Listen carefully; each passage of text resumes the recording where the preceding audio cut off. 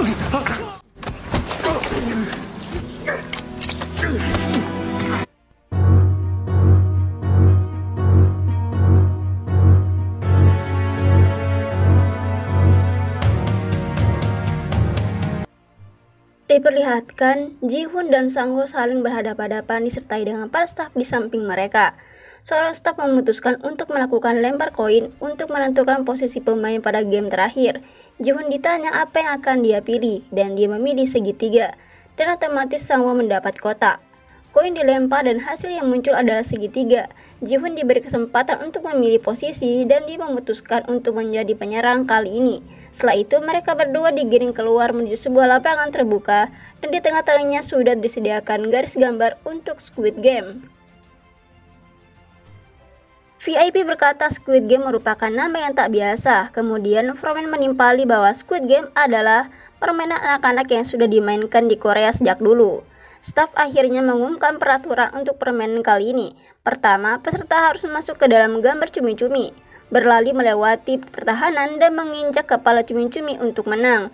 Kedua, penjaga harus mendorong penyerang keluar dari gambar untuk menang. Dan ketiga, jika terjadi sesuatu dan salah satu dari mereka tidak dapat terus bermain, orang bertahan yang akan menang. Ji-hoon bertanya apa maksud dari tidak dapat terus bermain, dan staf menjawab bahwa artinya salah satu dari mereka mati. Kemudian permainan pun dimulai. Sang-woo dan Ji-hoon mulai mengambil posisi sesuai peran masing-masing.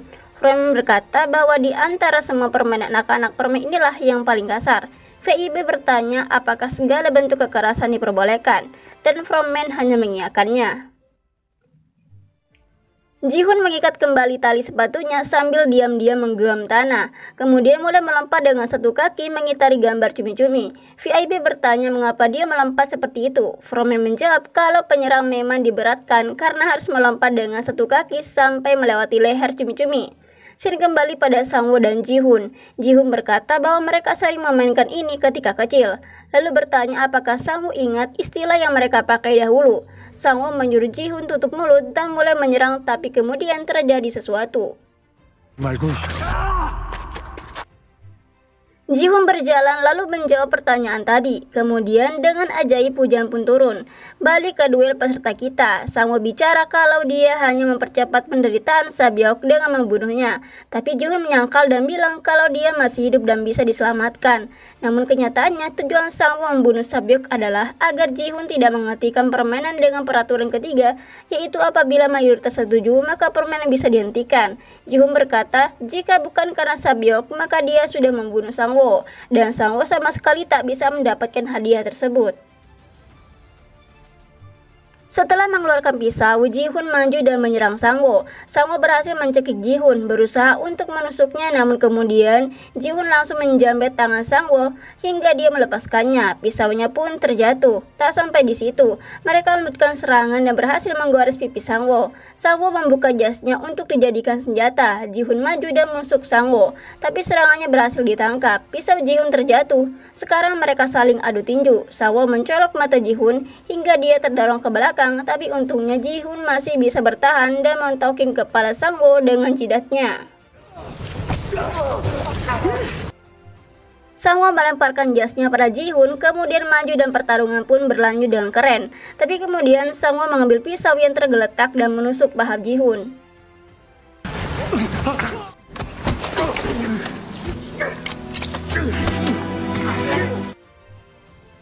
Tak berhenti di situ, Sang-woo kemudian menusuk perut Ji-hoon, tapi untungnya masih bisa tertahan. Sang-woo menendang kepala Ji-hoon sampai ia terkapar. Dia berkata bahwa tempat ini adalah tempat yang sama saat mereka melakukan di lampu merah. Semua orang telah mati, hanya menyisakan mereka berdua. Sang-woo menduduki Ji-hoon kemudian berusaha menusuknya, tapi lagi-lagi Ji-hoon berhasil bertahan walaupun tangannya kini tertusuk oleh pisau.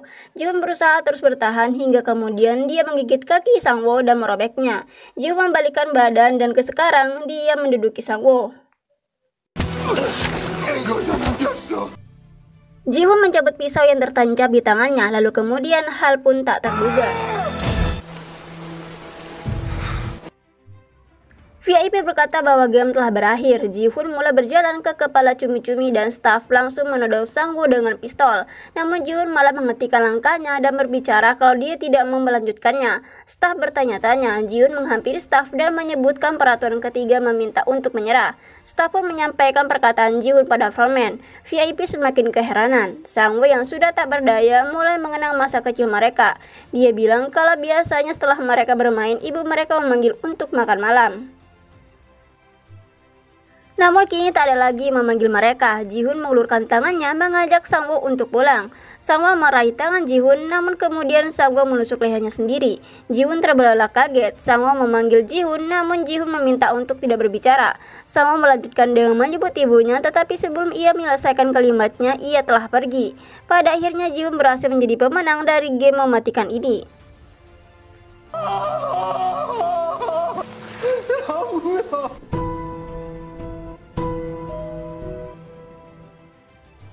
Scene pun berganti, Ji-hoon tengah duduk terikat dan matanya pun tertutup. Di sampingnya ada frontman alias In-ho yang kemudian mengucap selamat atas kemenangannya.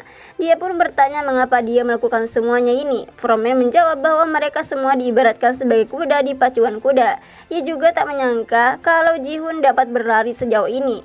Dia pun menanyakan identitas frontman, tapi frontman tak menjawabnya.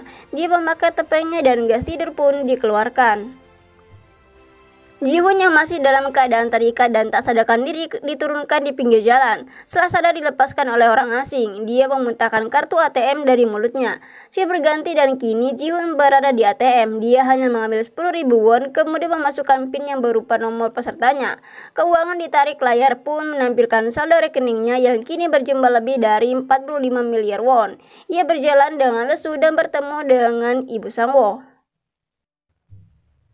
Ibu Sang-woo meriksa keadaannya, namun menduga kalau Ji-hoon mengamuk dan berkelahi. Ibu Sang-woo memberi Ji-hoon makanan lalu berkata kalau sepertinya ibu Ji-hoon sedang sakit karena tidak mengangkat teleponnya selama 2 hari.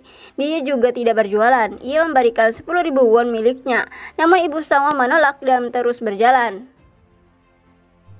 Tapi sebelum kembali ke toko, ibu Sang-woo sempat bertanya apa Ji-hoon mengetahui tentang Sang-woo. Namun Ji-hoon tak berani menjawabnya. Akhirnya ibu Sang-woo menyuruh Ji-hoon untuk melupakannya. Akhirnya ibu Sang-woo menyuruh untuk melupakan perkataannya dan pergi. Ji-hoon pulang ke rumahnya. Ia memanggil ibunya berkali-kali namun tak kunjung ada jawaban. Dia pun memasuki kamar ibunya dan mendapati ibunya yang sudah terkapar di lantai. Ji-hoon menghampiri sang ibu berusaha untuk membangunkannya, namun lagi-lagi ibunya tak menjawab. Hingga akhirnya Ji-hoon sadar bahwa ibu yang ia cintai kini telah tiada, meninggal sendirian tanpa ada seorang pun yang mengurusnya.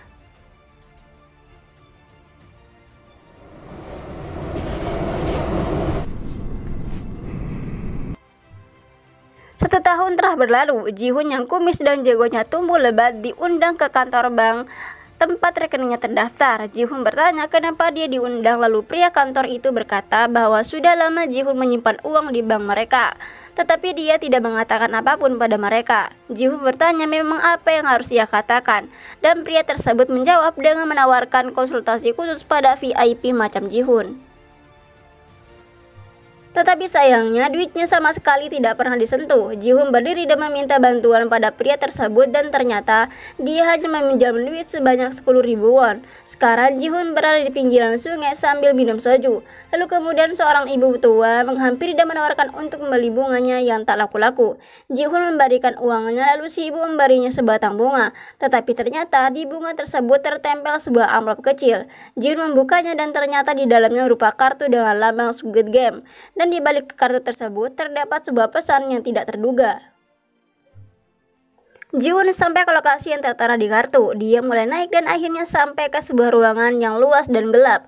Namun di tepi ruangan tampak sebuah ranjang dengan peralatan medis di sekitarnya.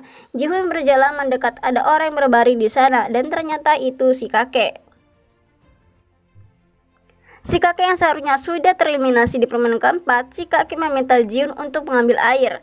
Ji-hoon kaget bertanya siapakah identitas si kakek. Si kakek tidak menjawab dan malah menunjuk gelandangan di pinggir jalan, berkata bahwa dia akan mati kedinginan bila tak ada yang menolongnya. Ji-hoon mulai emosi dan bertanya kenapa dia melakukan semua itu. Si kakek balik bertanya apakah Ji-hoon membantu gembel tersebut. Ji-hoon pun berteriak.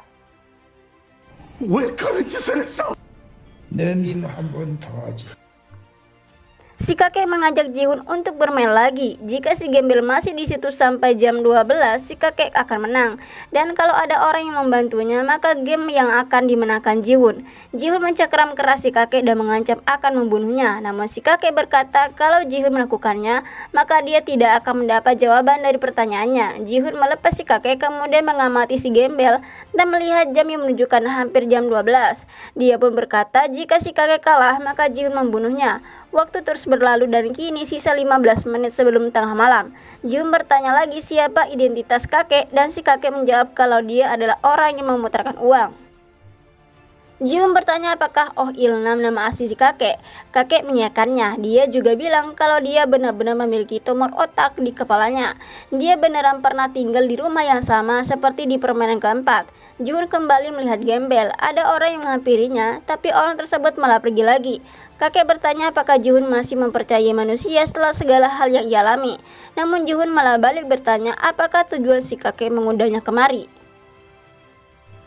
Kakek berkata dia diberi kabar kalau Ji-hoon sama sekali tidak menyentuh uang hadiahnya. Kemudian bertanya apakah Ji-hoon merasa bersalah. Namun Ji-hoon berkata kalau si kakek tak pantas untuk mengatakannya. Si kakek lanjut bicara, memberitahu tentang persamaan orang yang tak punya uang dan orang yang kebanyakan uang. Dua-duanya merasa bosan. Yang satu bosan hidup susah, yang satu bosan karena hidupnya keenakan. Dan kemudian si kakek pun mengadakan Squid Game demi mendapat kesenangan. Ji-hoon tidak senang dengan perkataan si kakek. Kakek berkata bahwa dari awal dia sama sekali tidak memaksa siapapun untuk bermain. Kini tengah malam sudah semakin dekat. Si kakek kembali bertanya apakah Ji-hoon masih percaya pada kemanusiaan. Ji-hoon balik nanya kenapa si kakek sampai ikut permainan. Si kakek menjawab kalau sebelum ia mati ia ingin merasakan kesenangan yang pernah ia rasakan di masa kecilnya.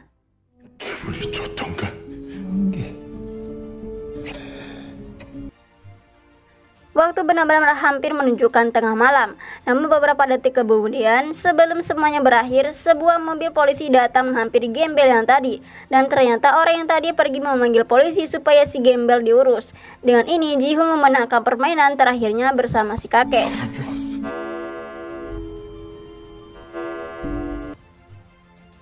Bel berbunyi tanda tengah malam. Ji-hoon kembali menoleh pada si kakek. Namun kemudian tepat jam 12, si kakek menghembuskan nafas terakhirnya. Ji-hoon mendekatinya lalu mendeklarasikan kemenangannya. Frame menutup mata si kakek yang masih terbuka dan ditunjukkanlah sebuah flashback ketika si kakek absen saat para VIP datang. Rupanya dia pergi untuk mengikuti permainan keempat. Scene kembali berganti menunjukkan Ji-hoon yang kini sedang berada di salon. Pelayan bertanya model apa yang diinginkannya, kemudian dia pun mulai melihat-lihat foto model di gambar. Rambutnya dicat merah yang akan melanjutkan hidup barunya setelah menghabiskan banyak nyawa di permainan Squid Game. Ji-hoon berada di panti asuhan mengunjungi adiknya Sabyok bernama Chol. Ji-hoon berkata bahwa kau mirip dengan kakaknya. Kemudian Chol bertanya apakah mengenal Sabyok. Ji-hoon bilang kalau dia adalah temannya. Chol pun bertanya apa Ji-hoon tahu keberadaan kakaknya, namun ia hanya diam dan memandangi foto di sebelahnya. Scene pun berganti. Chol dibawa oleh Ji-hoon dititipkan pada Ibu Sang-woo. Lalu ia pergi. Ibu Sang-woo memberi Chol sebuah kue dan bilang kalau pakaiannya terlalu tipis. Ibu Sang-woo membuka koper untuk mencari pakaian lain, namun ternyata koper tersebut bukan berisi pakaian melainkan uang yang sangat banyak dengan sebuah catatan yang dituliskan oleh Ji-hoon bahwa semua uang itu adalah uang yang Ji-hoon pinjam dari Sang-woo. Ibu Sang-woo memanggil Ji-hoon tetapi dia sudah pergi jauh. Ji-hoon keluar dari kereta dan kini sedang menelpon anaknya. Namun saat berjalan dia mendengar sebuah suara yang cukup keras. Dia pun menoleh dan mendapati sesuatu yang familiar. Ternyata itu Om di episode 1. Ji-hoon dan pria itu saling bertatapan. Ji-hoon berlari menghampirinya, namun saat dia sudah sampai, Om tadi masuk ke naik kereta. Ji-hoon menghampiri si calon pemain dan merebut kartunya. Pria itu meminta kartunya kembali, tapi Ji-hoon mendorongnya ke tembok dan berteriak.